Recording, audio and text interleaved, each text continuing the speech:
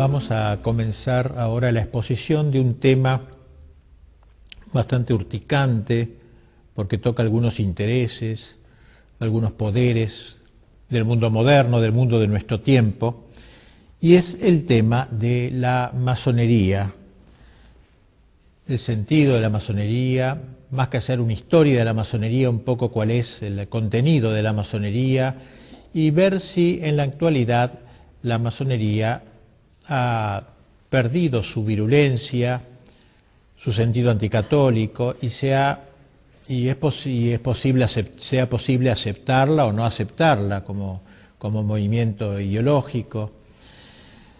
Me voy a basar sobre todo en lo que me parece el mejor estudio logrado sobre la masonería, y es una encíclica, una gran encíclica que publicó el Papa León XIII hace ya más de un siglo, que se llama Humanum Genus.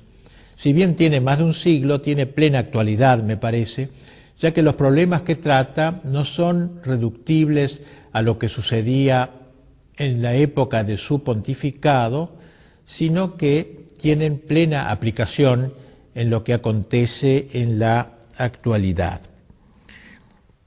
No podemos dejar de lado esta doctrina pontificia que se nos muestra no como una creación del Papa León XIII, un invento del Papa León XIII, relativo solamente a lo que sucedía en su tiempo, sino que debe ser leída, como trataremos de hacerlo, en continuidad con la doctrina mantenida a lo largo de tanto tiempo, varios siglos atrás podríamos decir, y que proclama una verdad ineludible que hace a la pervivencia misma de las naciones y a la capacidad de propagación de la Santa Iglesia. Vamos a tratar pues de dar forma a las principales enseñanzas de la encíclica, aplicándolas luego a la situación actual y a la actitud actual de la Iglesia frente a la masonería. Ya desde el comienzo de su documento, el Santo Padre presenta la lucha que la masonería lleva contra la Iglesia en una dimensión auténticamente teológica, es decir, no es una lucha de poderes, sino es una lucha entre el bien y el mal. Y así dice el Papa: el género humano, después de apartarse miserable, creador y dador de los bienes celestiales, por envidia del demonio quedó dividido en dos campos contrarios, de los cuales el uno combate sin descanso por la verdad y la virtud, y el otro lucha por todo cuanto es contrario a la virtud y a la verdad. El primer campo es el reino de Dios en la tierra, es decir, la Iglesia verdadera de Jesucristo. El otro campo es el reino de Satanás. Bajo su jurisdicción y poder se encuentran todos los que, siguiendo los funestos ejemplos de su caudillo y de nuestros primeros padres, se niegan a obedecer la ley divina y eterna y emprenden multitud de obras prescindiendo de Dios o combatiendo contra Dios. Es decir, enmarca el Papa la lucha de la masonería contra Cristo en una visión, una cosmovisión amplia de la historia. Podríamos decir que va poco menos que del Génesis al Apocalipsis. Y en ese sentido entronca su enseñanza con la doctrina de San Agustín, que expresó sobre todo en su gran obra de Civitate Dei, de la ciudad de Dios, donde habla de esta secular lucha que marca la historia, que da una explicación de la historia a la luz teológica, como si dijéramos que mira la historia desde los ojos de Dios, no desde los ojos miopes nuestros que ven con pocos alcances. En cambio, el Papa tiene esa visión, San Agustín tiene esa visión genérica y grande de la historia, donde presenta todo el acontecer histórico, el devenir histórico, como la expresión de una de un enfrentamiento de dos ciudades, la ciudad de Dios, que da el título a su libro de Civitate Dei, y la ciudad del mundo, que se manifiestan con leyes contrarias y aficiones contrarias, compendiándose con sutil brevedad sus respectivas causas eficientes en estas palabras del santo doctor y obispo de Hipona San Agustín. Dice, el texto central de Civitate Dei, dice San Agustín: dos amores edificaron dos ciudades. El amor de sí mismo hasta el desprecio de Dios edificó la ciudad terrena. El amor de Dios hasta el desprecio de sí mismo, la ciudad celestial. Es decir, dos amores que explican este enfrentamiento, el amor de Dios y el amor del hombre. El amor de Dios, considerado como el primado, al cual se ordena todo el resto de la creación, el hombre incluido, y el amor del hombre, con mayúscula, el hombre endiosado, autoendiosado, que se eleva, consintiendo en cierta manera a la tentación paradisíaca: seréis como dioses, que Satanás dirigió a nuestros primeros padres. Por eso decíamos que su visión abarca todo el tiempo que corre desde el Génesis hasta el Apocalipsis.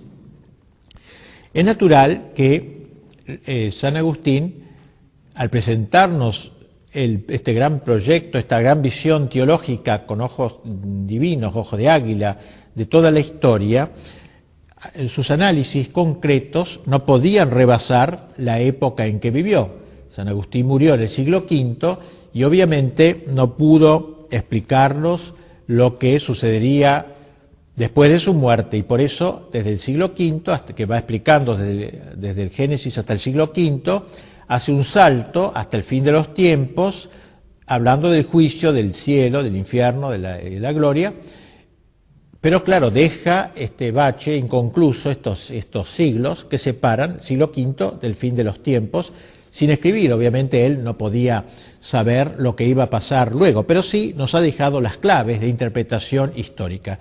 Gracias a esas claves podemos luego interpretar lo que ha ido sucediendo a lo largo de los siglos. Pero nos interesa ver cómo León XIII, al empezar su encíclica Humanum Genus sobre la masonería, la pone a la luz de esta gran visión agustiniana del enfrentamiento de las dos ciudades. Y así León XIII, luego de haber aludido a ello, añade lo siguiente, dice: durante todos los siglos han estado luchando entre sí con diversas armas y múltiples tácticas, aunque no siempre con el mismo ímpetu y ardor. En nuestros días, todos los que favorecen el campo peor parecen conspirar a una y pelear con la mayor vehemencia bajo la guía y con el auxilio de la masonería, sociedad extensamente dilatada y firmemente constituida por todas partes. No disimulan ya sus propósitos, se levantan con suma audacia contra la majestad de Dios, maquinan abiertamente la ruina de la Santa Iglesia, con el propósito de despojar enteramente, si pudiesen, a los pueblos cristianos de los beneficios que le ganó Jesucristo, nuestro Salvador.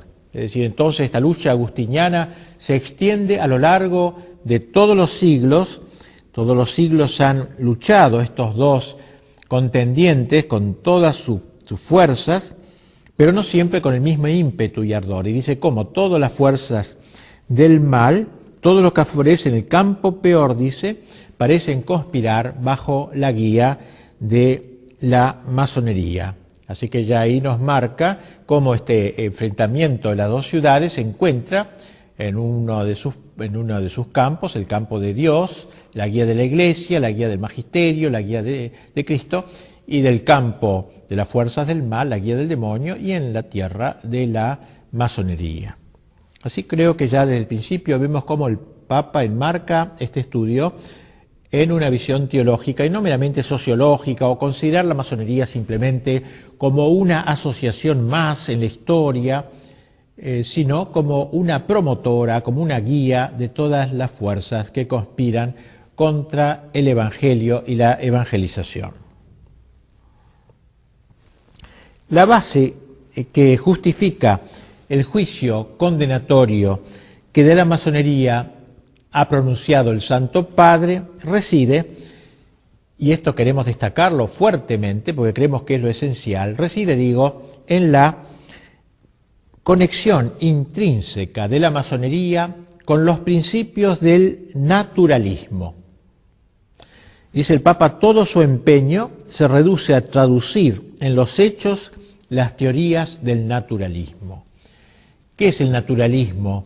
Es una corriente moderna, pero que comenzó con mucha claridad a manifestarse en los siglos XVII, pero sobre todo XVIII y parte del XIX, en donde hay una exaltación de la naturaleza del hombre en detrimento del orden sobrenatural.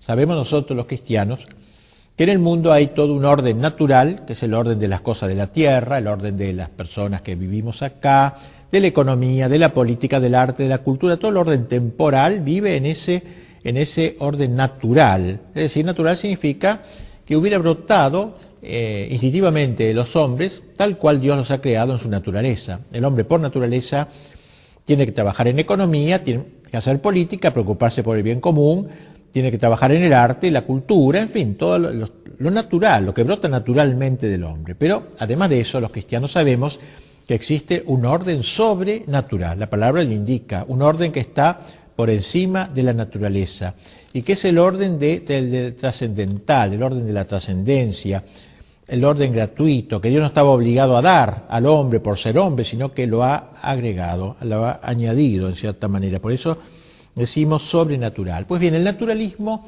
es un movimiento que se ha propuesto, digamos así, erradicar de la visión del hombre todo el orden sobrenatural. Que el hombre no crea que no existe más que el orden natural. Y todo llamado a lo sobrenatural es una utopía, una ilusión que debe ser borrada de la faz del hombre de cultura. El hombre que tiene cierta cultura, ciertas luces, el hombre iluminado del iluminismo, no puede creer en la existencia de un orden sobrenatural, solo vale el orden natural. Pues bien, el naturalismo es la doctrina que exalta la naturaleza. Se abroquela en la naturaleza, se encierra ahí en la naturaleza, no quiere saber nada del orden sobrenatural porque piensa que ya el hombre se basta a sí mismo. El hombre con sus propias fuerzas podrá perfectamente solucionar todos sus problemas y los problemas de la sociedad. Si no le alcanzan sus propias fuerzas, la fuerza de toda la sociedad unida le permitirá al hombre alcanzar su felicidad en la tierra. Fíjense ustedes que es un poco la tendencia que luego tendría el marxismo cuando hablara Marx de el paraíso en la tierra, o sea, el hombre que logra con sus solas fuerzas, a fuerza de músculos, encontrar su salvación, su felicidad en la tierra. Eso es el naturalismo, una herejía, propiamente la más grande herejía de nuestro tiempo. Y dice un autor contemporáneo, Gabriel del Noche, que él piensa que el fin de la historia, la época del anticristo, se caracterizará por una victoria casi general del naturalismo. O sea, el anticristo será una figura política que impondrá la doctrina del naturalismo en todo el mundo, de modo que pocos sean los que van a resistir, como dice el Apocalipsis, un pequeño resto, y casi todo el mundo vivirá a la luz de esta mentalidad naturalista. Pues bien, reitero lo que dice el Papa, todo el empeño de la masonería se reduce a traducir en los hechos las teorías del naturalismo. Ustedes entonces tratar de meter el naturalismo en las almas, en los corazones, en las sociedades, traducir en los hechos, llevar el naturalismo a la práctica, dejar que sea una doctrina teórica o de escritorio y pase a ser una doctrina convocante y que esté en el corazón de los hombres y de las sociedades. Pasa luego el pontífice a señalar los distintos aspectos que caracterizan el naturalismo y se trasuntan en la cosmovisión de la masonería. El principio fundamental de los que profesan el naturalismo, dice el Papa, es que la naturaleza humana y la razón natural del hombre han de ser en todo soberanas absolutas. O sea, no aceptar ninguna soberanía de lo sobrenatural, de lo alto, que no existe. Toda la soberanía está en la razón soberana, la naturaleza soberana. De ahí prosigue el Papa el culto que la masonería rinde a la razón, a las luces de la razón, como lo llama, cerrándose a toda verdad que en una u otra forma pudiera trascenderla, ya que dicha verdad, en el caso de existir, implicaría un menoscabo de su soberanía. Es decir, cerrarse a toda verdad. Las luces de la razón, una palabra muy querida por la masonería, las luces, por eso es el iluminismo, ello es toda una época que marcó la historia y que sigue ahora teniendo una gran importancia. Entonces la masonería rinde a la razón esa gloria, digamos así, y piensa que cualquier aceptación de una verdad que no venga de la razón, por ejemplo, que venga de la revelación, que venga de lo alto, va en menoscabo de la soberanía. Hay una soberanía, hay un señorío de la razón, la diosa razón. Recuerden ustedes que en la Revolución Francesa fue exaltada, que incluso llegó hasta el extremo delirante, tragicómico, de poner en la Catedral de Notre Dame, la Catedral de París, sacar la imagen de la Virgen, Notre Dame, Nuestra Señora, sacarla y poner en su lugar a una prostituta como símbolo de esta razón, frente a la cual los allí presentes incensaban como si fuera una diosa, la diosa razón la llamaron. Decimos que es una expresión estúpida, aberrante, pero que sin embargo muestra esa intencionalidad, digamos así, de destronar lo sobrenatural y entronizar esta nueva diosa, la diosa de la razón soberana, es decir, que no reconoce nada por sobre la razón. Pues el Papa ha dicho con toda claridad, explica esto. Entonces, sigue diciendo el Papa, ante esta actitud implica que no hay lugar ya para la revelación divina y por consiguiente carecen de sentido los dogmas religiosos, porque el dogma precisamente es una verdad que viniendo de lo alto la asume el magisterio de la Iglesia y la propone así como es, como una verdad infalible, porque ha venido justamente de lo alto. Y así, escribe el Papa, no aceptan verdad alguna que no pueda ser alcanzada por la razón humana. Por ejemplo, que la verdad de que Cristo es Dios, digamos así, o la verdad de que Dios es uno y trino, hay un solo Dios y tres personas, la verdad de la Eucaristía, la presencia real de Jesucristo, la transubstanciación, todos esos dogmas, digamos, no caben de ninguna manera porque disminuyen la razón humana, disminuyen al hombre, la soberanía del hombre. Ahora bien, como es oficio de la Iglesia Católica guardar enteramente y en su íntegra pureza no sólo el depósito de la doctrina revelada directamente por Dios, que trasciende infinitamente los logros más elevados de la razón, sino también la autoridad del magisterio y de los demás medios sobrenaturales para la salvación, dice el Papa, de ahí que todo el ataque iracundo de estos adversarios se haya concentrado sobre la Iglesia.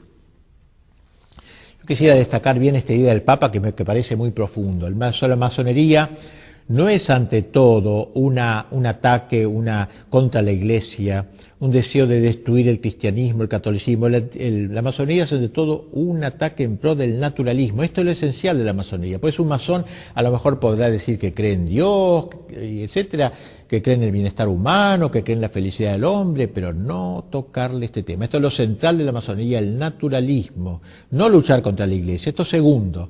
Lucha contra lo revelado, contra lo sobrenatural, y por eso lucha contra esto. Es una consecuencia, lucha contra la Iglesia.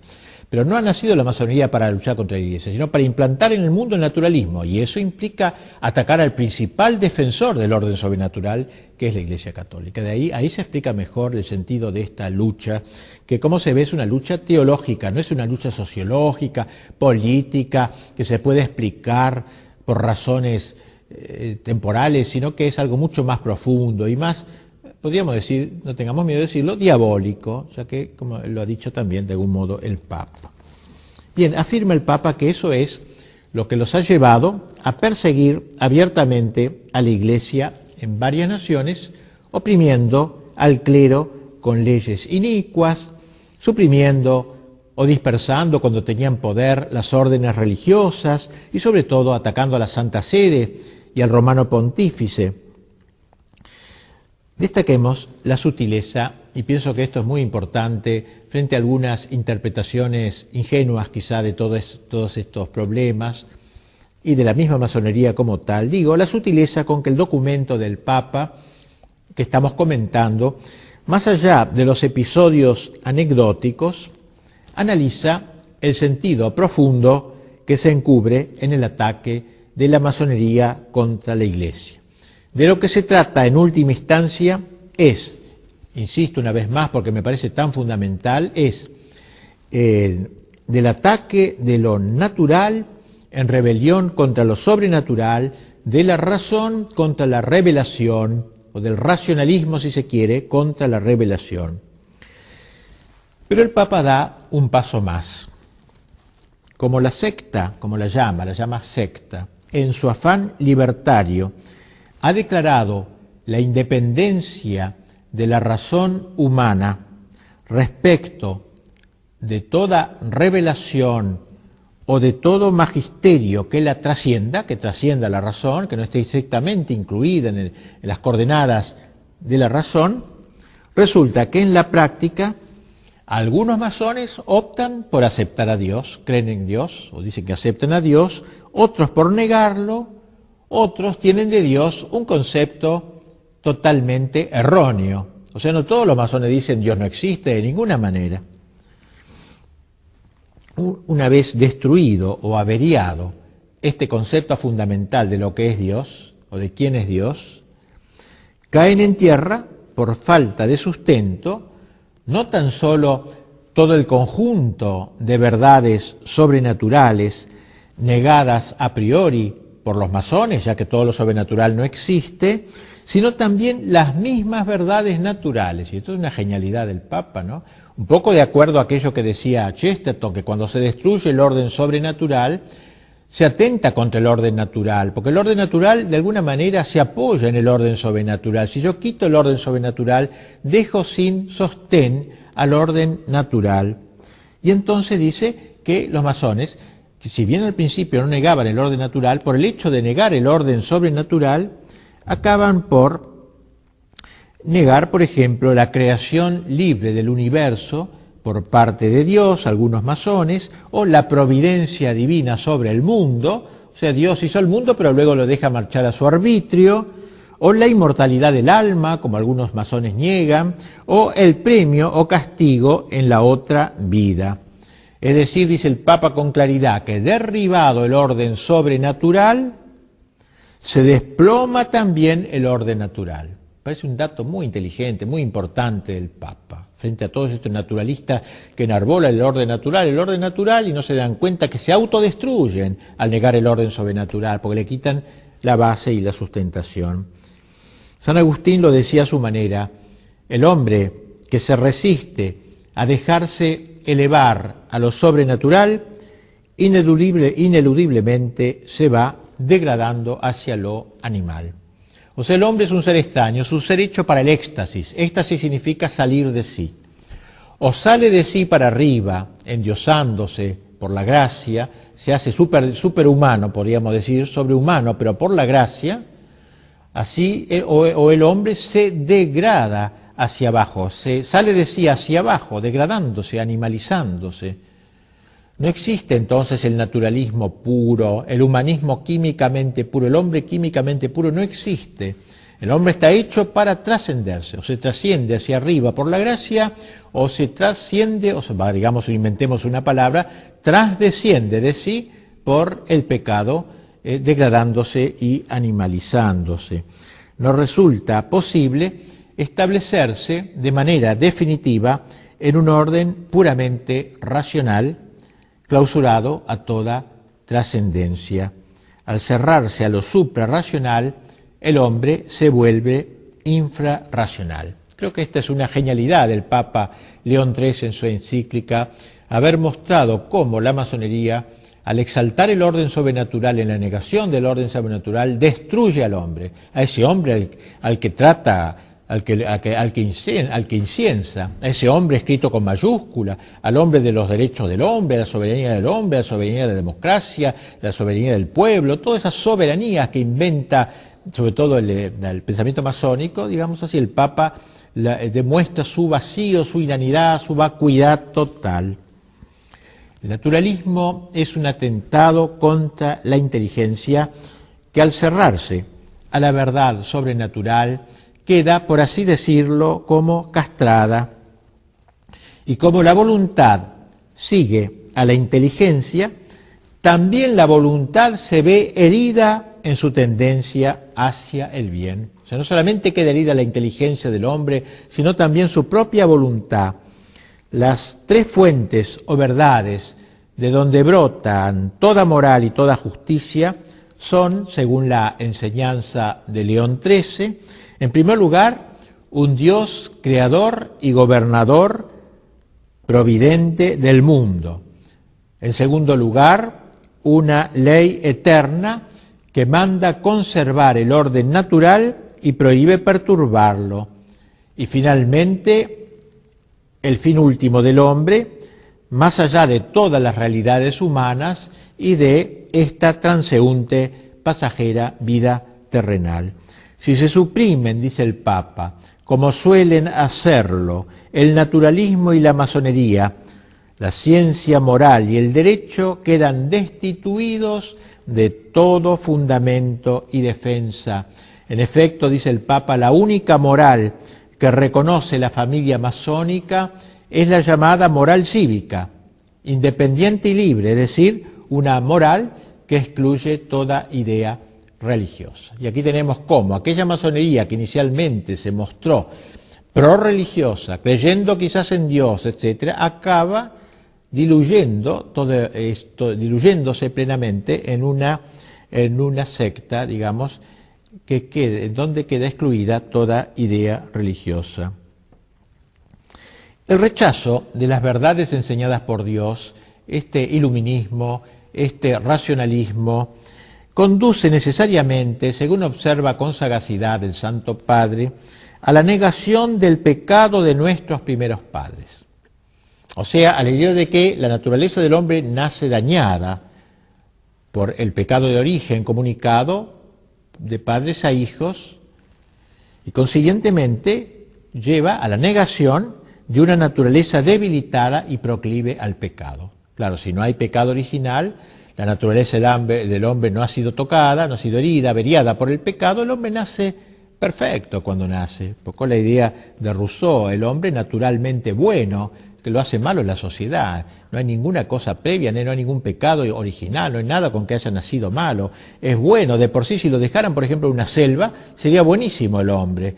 ¿Por qué se hace malo el hombre? Por la sociedad lo arruina. Bueno, esta un poco es la idea de Rousseau, ¿no? Hemos visto, por el contrario, hasta qué punto los masones exageran las fuerzas y la excelencia de la naturaleza humana, precisamente porque el hombre no tiene pecado de origen, exageran la fuerza de la justicia humana, poniendo en esta el único principio regulador de la justicia. Ni siquiera se les llega a ocurrir la necesidad de que hay que sofrenar los ímpetus de la naturaleza y sus pasiones desordenadas. O sea, si el hombre ha nacido sin pecado original, sin malos instintos, ¿por qué la necesidad de mortificar las pasiones? Dejemos libre curso a los ímpetus del hombre, a las tendencias del hombre, dejémosles libre curso, porque son sanas, son buenas. De modo que no es necesario adquirir un señorío de sí, como dicen los cristianos, un dominio de sí, fruto de un combate, una lucha interior, un combate prolongado y una constancia muy grande. No existe lucha interior, sino que el hombre de por sí es naturalmente bueno. Se trataría de una nueva y sutil formulación del viejo pelagianismo. ¿Qué era esto? El pelagianismo era una vieja herejía llamada así por su fundador, un tal Pelagio, el cual él y sobre todo sus seguidores sostenían que el hombre podía salvarse con sus propias fuerzas. Es decir, que los cristianos decimos que para salvarnos necesitamos la ayuda de Dios, la ayuda de la gracia. Los pelagianos decían que no, que el hombre se podía salvar y autorredimirse, salvarse solo. Pues bien, podríamos decir que la masonería resucita la vieja idea pelagiana. El hombre, por las solas fuerzas de su voluntad, es capaz de adquirir la rectitud natural, no necesita de la ayuda de Dios. El hombre, a fuerza de músculo, dice, quiero ser bueno y punto, y es bueno y se terminó.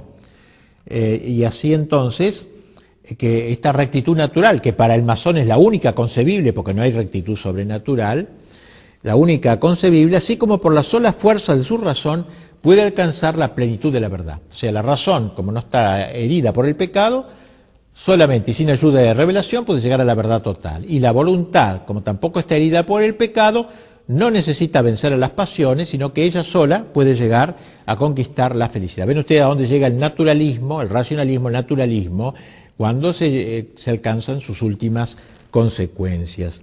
Sin embargo, como insinuábamos más arriba, una actitud semejante, negatoria de la gracia,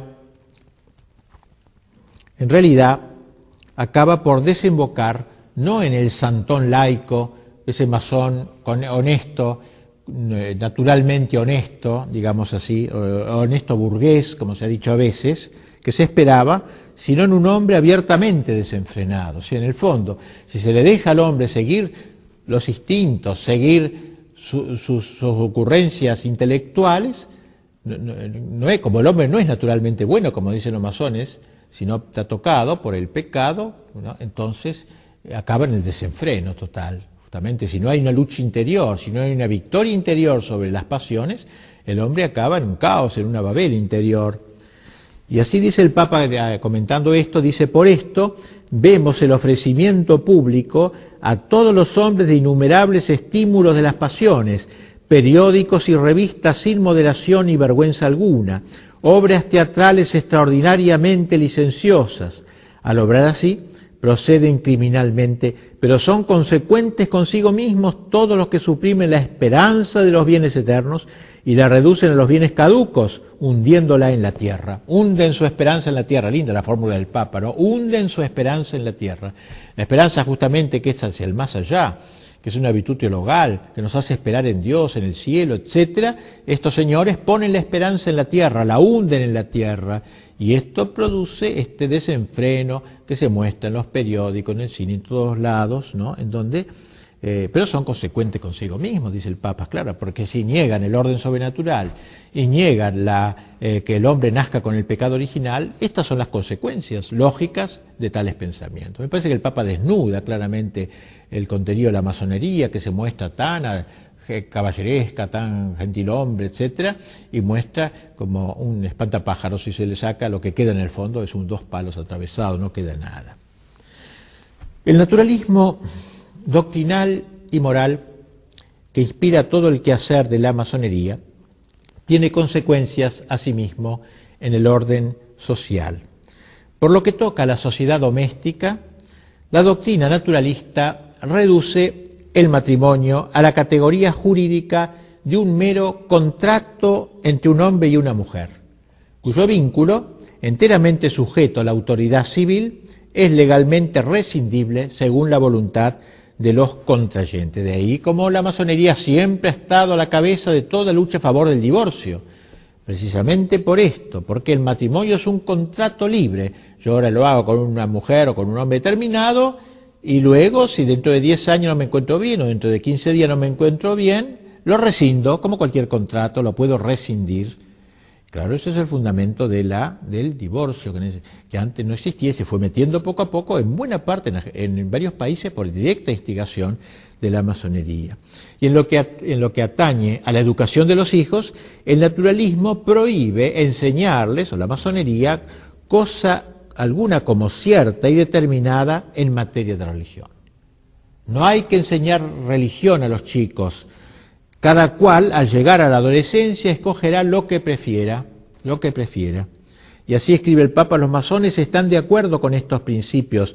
No solamente están de acuerdo, sino que se empeñan, hace ya tiempo, por introducir estos principios en la moral de la vida diaria, lo que hemos dicho, o sea, meter el divorcio en las leyes, en la vida diaria, meter también, quitar la enseñanza religiosa en los colegios, la enseñanza laica, todas estas banderas que han ido sacando los masones, por ejemplo en el siglo XIX, casi en un país tras otro, se veía una mentalidad, un grupo mundial que iba dirigiendo las campañas, en ese momento el aborto, la enseñanza laica. En confirmación de lo cual señala el Papa cómo algunos estados ya han introducido, dice el Papa, la ley del divorcio y otros están trabajando para ello. Esto hablaba él en 1880 y pico. Para el mejor logro de sus objetivos, la masonería intenta el monopolio en la educación de la juventud también. Con eso la va a formar en esta mentalidad, tratando de imposibilitar toda intervención de la Iglesia en dicho campo. O sea, la Iglesia que no se meta en los colegios, enseñanza laica.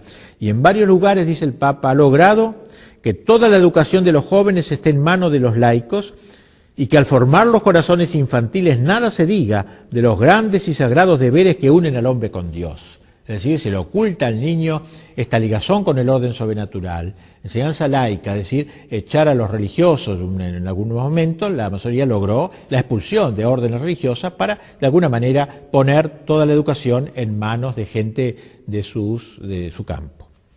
Y en cuanto a la sociedad política, sigue diciendo el Papa, la intervención de la masonería es también demasiado evidente, trabajando tenazmente por anular todo posible influjo del magisterio y de la autoridad de la Iglesia en el ser y el obrar de los estados.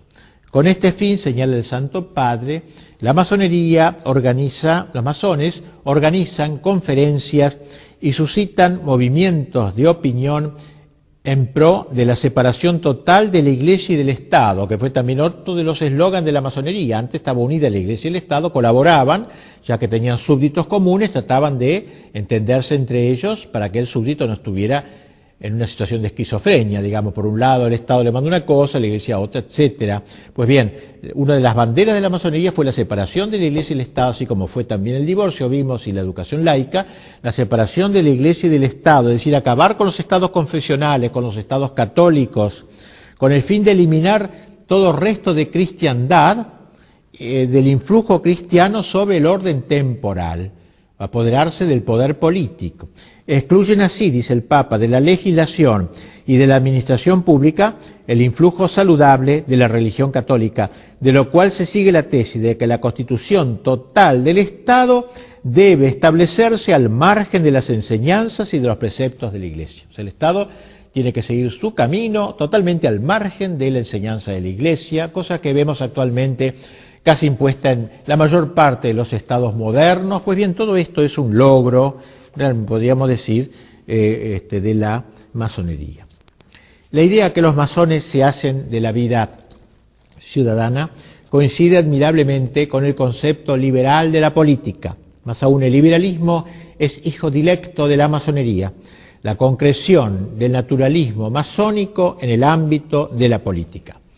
Pero la fecundidad de la masonería no se agota solo en el liberalismo. El Santo Padre, adelantándose en cierta manera a lo que la historia demostraría con los hechos, enseña que la masonería, al engendrar el Estado liberal, preparaba el camino al socialismo marxista. Y piense que esto lo dice el Papa casi contemporáneamente a Marx, fines del siglo XIX, fue como un profeta. Dice el Papa en su encíclica, estos cambios y estos trastornos son los que buscan de propósito muchas asociaciones comunistas o socialistas.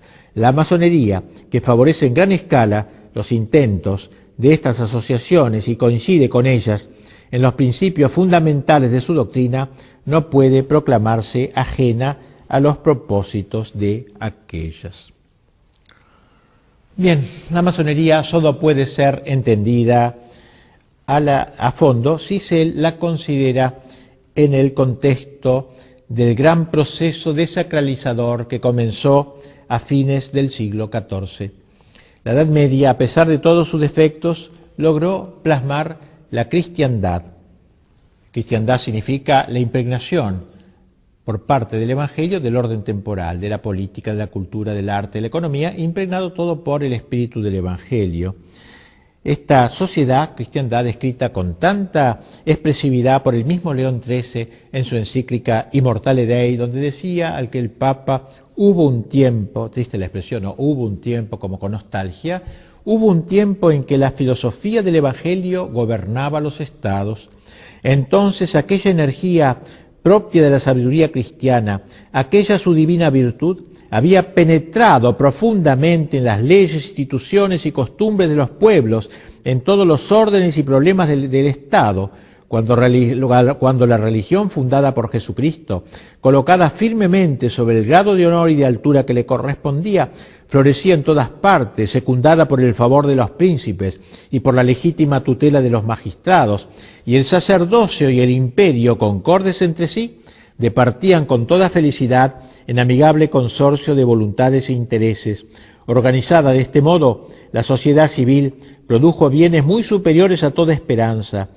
Y miren cómo termina este texto el Papa: todavía subsiste la memoria de ellos y quedará consignada en un sinnúmero de monumentos históricos, ilustres e indelebles, que ninguna corruptora habilidad de los adversarios podrá nunca desvirtuar ni oscurecer. Como diciendo, ¿qué queda de toda esa época gloriosa de cristiandad?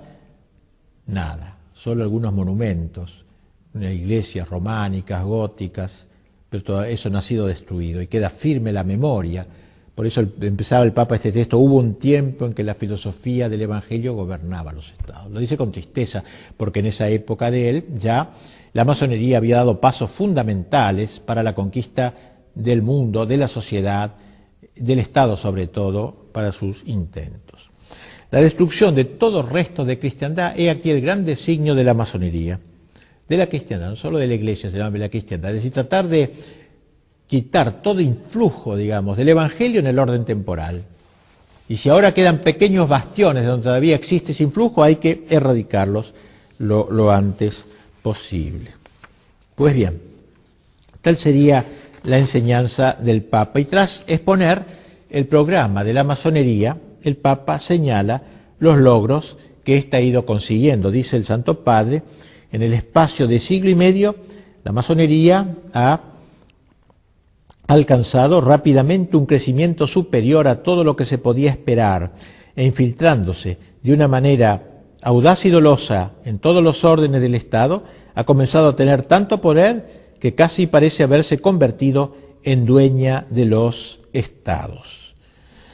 Y así entonces, la ofensiva masónica, constante e implacable, en orden a destruir tanto la religión como la Iglesia y resucitar después de 18 siglos la moral y la doctrina del paganismo, su rechazo, dice el Papa, de los beneficios que con tanta bondad alcanzó Jesucristo, no solo para cada hombre en particular, sino también para cuantos viven unidos en la familia, en la sociedad civil, tal ofensiva y tal rechazo no son comprensibles, como dijimos al comienzo, sino la luz del gran combate teológico al que aludíamos antes, al combate de las dos ciudades en lenguaje agustiniano o de las dos banderas en lenguaje ignaciano.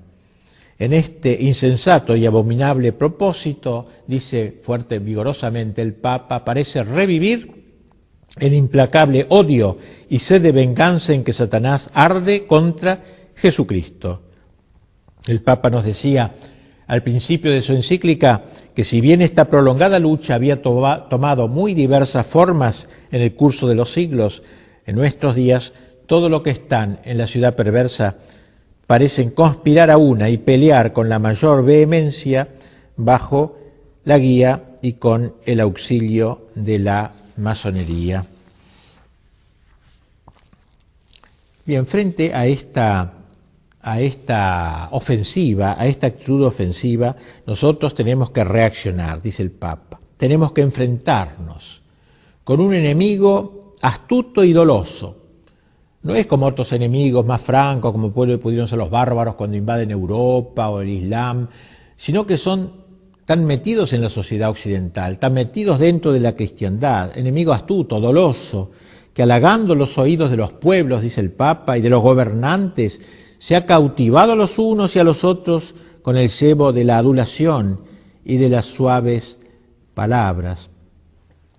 Para lograr el ablandamiento y la ulterior deserción de sus enemigos, la masonería hace correr la versión de que un católico puede colaborar con ella sin abjurar expresamente de la fe católica. Es la táctica que mejor sirve a sus propósitos. Usted puede ser católico y puede ser masón. Con eso va ablandando más y más toda posible resistencia. Y el Papa da las razones. Dice, en primer lugar, porque este es el camino de engañar fácilmente a los incautos y de multiplicar el número de adeptos. Y en segundo lugar, porque al abrir los brazos a todos los procedentes de cualquier credo religioso, logran, de hecho, la propagación del gran error de los tiempos actuales, el indiferentismo religioso y la igualdad de todos los cultos, que es una manera de arruinar todas las religiones, sobre todo la católica, que como único verdadera no puede ser igualada a los demás sin suma injusticia. Bien, dice el Papa que al tratarse de un enemigo tan taimado, uno de los deberes principales de la lucha contra la masonería será el de desenmascararla, hacer un poco lo que estoy haciendo yo, desenmascararla. Por eso el Papa, hacia el fin de la encíclica, dirigiéndose especialmente a los obispos, los exhorta a que abran los ojos sobre todo de la juventud, consagrando a su educación la mejor parte de sus esfuerzos. Nunca, dice, harán demasiado en orden a preservar a la adolescencia de las escuelas y maestros que puedan inculcarle el aliento malsano de las sectas. Habrá que incluir en la enseñanza de la doctrina la exposición y la perversidad de la masonería, de modo que todos puedan precaverse de las artimañas que suelen emplear para sus dañados propósitos. Termina el Papa elevando sus ojos a Nuestra Señora y a los santos. Tomemos como auxiliadora y mediadora a la Virgen María, Madre de Dios, dice, ella que venció a Satanás desde el momento de su concepción, despliegue su poder contra todas las sectas impías en que se ven revivir claramente la soberbia contumaz, la indómita perfidia y los astutos engaños del demonio. Pongamos por intercesores al príncipe de los ángeles, San Miguel, a San José, esposo de la Virgen Santísima, a los grandes apóstoles Pedro y Pablo, invictos defensores de la fe católica. Tales son, a grandes rasgos, las principales ideas del Papa León XIII sobre la masonería, sobre esta gran ofensiva masónica fundamental para entender lo que sucede en los últimos tiempos. Tras la lectura de esta encíclica del Papa, alguno podría preguntarse si ella no resulta arcaica. ¿No es algo propio de épocas pasadas, los del Papa? Las cosas de ahora son como fueron entonces. La Iglesia no es en nuestros días más condescendiente, la masonería no habrá cambiado y se habrá hecho potable. Pues bien, esto mismo se preguntó después del Concilio Vaticano II, la Conferencia Episcopal Alemana, y así entre los años 1970 y 1974 y 1980 tuvieron lugar, por su encargo y en unión con las grandes logias unificadas de Alemania, largas conversaciones entre la Iglesia Católica y la francmasonería de Alemania con el fin de verificar si la posición de la francmasonería se había modificado de modo tal que en adelante fuera posible aceptar la compatibilidad entre la pertenencia a la francmasonería y la pertenencia a la Iglesia. Así que un dato interesante para ver la actualidad de aquella encíclica un poco vieja del Papa. Y luego de un estudio serio de los 3 primeros grados del ritual francmasónico, ustedes saben que hay 33 grados. Los 3 primeros grados son los más inocuos, digamos, los más suaves, podríamos decir. La Iglesia encontró en estos 3 primeros grados oposiciones fundamentales e insuperables. Y publicó en 1981 un documento que concluye de la siguiente manera. La francmasonería no ha cambiado en su esencia. La pertenencia a la francmasonería pone en cuestión las bases de la existencia cristiana. El examen profundizado de los rituales masónicos y de las reflexiones fundamentales de la francmasonería, así como la concepción incambiada que la francmasonería tiene de sí misma, dejan en claro lo siguiente, 2 puntos, claramente aquí: la pertenencia a la Iglesia Católica y la pertenencia simultánea a la francmasonería son incompatibles. El párrafo citado es el que concluye un largo análisis que lo fundamenta, dando las razones de dicha incompatibilidad. No tenemos tiempo de hacerlo, pero estas razones abarcan, ante todo, el concepto de verdad que tiene la francmasonería, en realidad, ¿no? Un concepto completamente diverso al católico, el concepto de verdad. En segundo lugar, el concepto de religión que hay en la francmasonería, donde todas las religiones para los masones no son sino tentativas concurrentes para expresar la verdad de Dios, pero en realidad no puede haber ninguna religión verdadera, única verdadera. Y por eso la masonería impone a sus miembros, para evitar estos problemas, discutir sobre el tema religioso. Dicen los obispos alemanes, el concepto de religión, donde todos los hombres están de acuerdo, implica una concepción relativista de la religión, que no es compatible con la convicción fundamental del cristianismo. O sea, para la masonería, todas las religiones están de acuerdo, hagamos un conjunto, un cóctel de religiones o una cosa por el estilo. También el concepto de Dios diverge en la francmasonería con la Iglesia. En los rituales masónicos, el concepto del gran arquitecto del universo, como lo llaman a Dios, ocupa un lugar central y no es una cuestión solamente de nombre. El gran arquitecto del universo es para los masones, dicen los obispos alemanes, un ello neutro, indefinido y abierto a toda comprensión. Cada uno puede imaginar a Dios como quiera, tanto el cristiano como el musulmán, y a negar la existencia de un Dios personal, o sea, el Dios como algo vaporoso, el masón no puede sino contentarse con la sensibilidad religiosa. Frente al gran arquitecto del universo, alejado, en un alejamiento deísta, entonces el Dios católico no puede ser aceptado como tal. Y finalmente el concepto de perfección humana en la francmasonería. La masonería busca la perfección ética del hombre, digamos así, mediante una moral completamente natural, independiente de la gracia pelagiana, como decíamos. Esta idea se aparta completamente del sentido católico de la justificación del hombre y hace eco a la tentación pelagiana del seréis como dioses paradisíaco.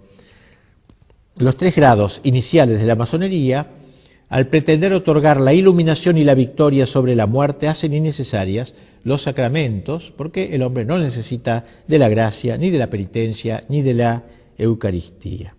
En fin, otras cosas que serían más largos de desarrollar. Así también, diversos episcopados de aquel tiempo se manifestaron contra la masonería.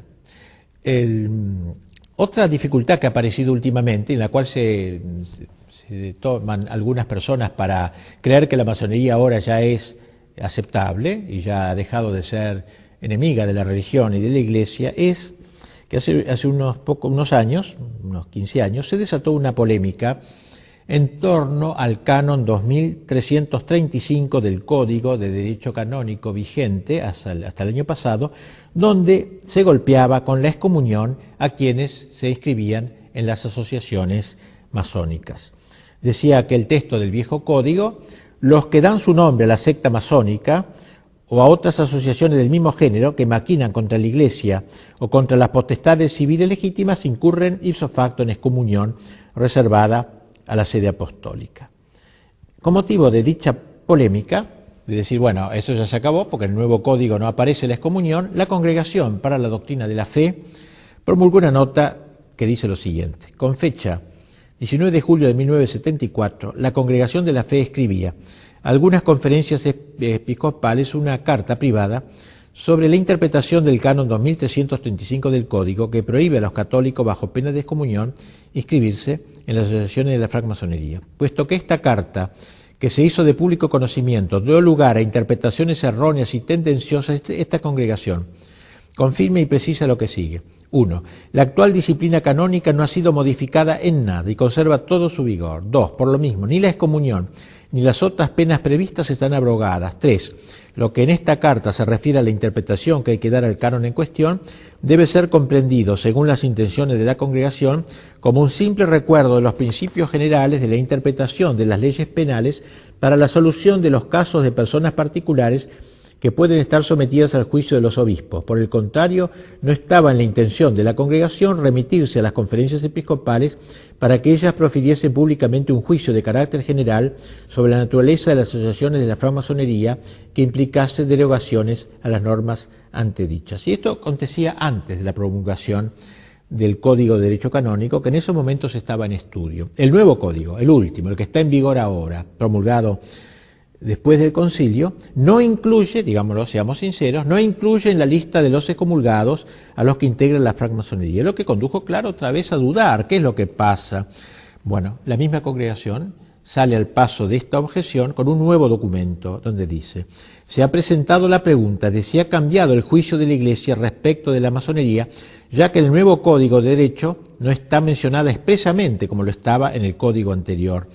Esta sagrada congregación puede responder que dicha circunstancia es debida a un criterio de redacción seguido también en el caso de otras asociaciones que tampoco han sido mencionadas por estar comprendidas en categorías más amplias. Por tanto, no ha cambiado el juicio negativo de la Iglesia respecto de las asociaciones masónicas, porque sus principios siempre han sido considerados inconciliables con la doctrina de la Iglesia. En consecuencia, la afiliación a las mismas sigue prohibida por la Iglesia.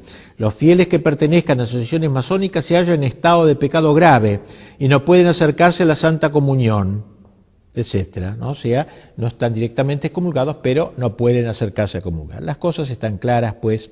La masonería sigue prohibida a los católicos, sus principios siguen siendo inconciliables con lo de la Iglesia, y la pertenencia a su fila supone pecado grave que excluye la comunión sacramental. El único cambio introducido consiste en que el masón arrepentido no tiene en adelante que pedir absolución al Papa, sino que podrá recibirla de cualquier sacerdote. Así que la Iglesia sigue manteniendo su oposición a la secta. La masonería, por su parte, sigue siendo la enemiga de la Iglesia, de la cristiandad y de las patrias católicas. Desgraciadamente, sus metas se están logrando en buena parte. Ya no es necesario estar afiliado a la masonería para profesar los ideales masónicos, naturalistas y laicistas. Baste pensar, por desgracia, que el común de la gente, según acepta estas ideas, es como la mentalidad general. Ahora todo el mundo vive estas ideas del naturalismo, ¿no? Aunque no esté afiliado a la masonería, y en ese sentido ha habido un gran triunfo social de ellos, pero esta victoriosa infiltración de la masonería en la sociedad de nuestro tiempo e incluso en el interior de la Iglesia solo debe servirnos para oponernos a ella con más intrépida decisión. Enfrentarla con todos los medios lícitos que están a nuestro alcance es un deber de todos los católicos que quieran de veras llamarse militantes.